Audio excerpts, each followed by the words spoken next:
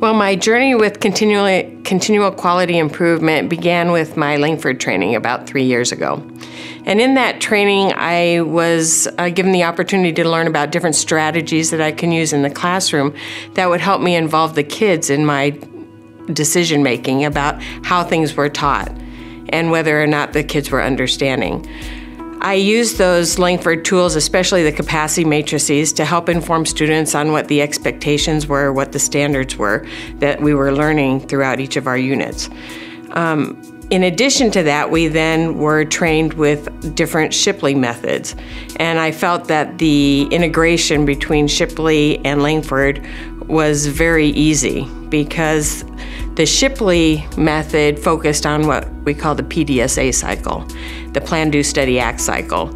And in that cycle, the planning and the doing is really my setting up what my expectations for the kids are and what they're going to be doing, what their role is.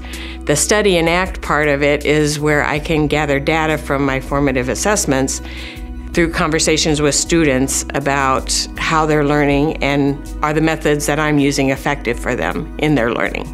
And then we can make changes as we go along through that cycle to make my teaching more effective and their learning more effective.